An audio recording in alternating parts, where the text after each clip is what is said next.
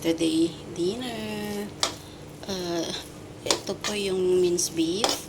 Pinay ko siya ng garlic, onion, tsaka nilagyan ko ng oregano. Ayan siya guys. Tsaka cumin. Hindi ko na nilagyan ng chili powder kasi ayaw ng babae ko yung maanghang.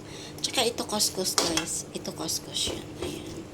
So, ito yung yung pepper, capsicum. So, ilalagay ko siya. Ayan siya guys. Ayan. Ayan. Lagyan lang siya. Ayan. Then, ayan na siya guys.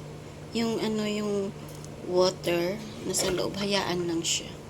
So guys, by the way pala, hinaluan ko rin ito ng ng tomato sauce. Kaya hindi siya mabasa. Ayan siya guys. Ayan.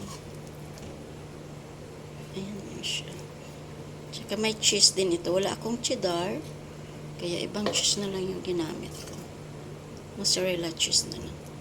Ayan siya guys. Ayan. Yan, simple lang siya guys. Pero yung paper, nilagay ko muna sa sa oven mga 20 minutes para mabilis na lang. Ayan, healthy ito siya guys kasi couscous yung nilagay ko.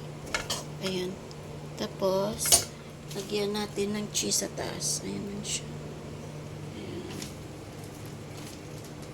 Ayan, cheese. Ayan lang siya guys. Tsaka i-oven ko lang siya ulit ng mga 10 minutes. Ayan. Thanks for watching.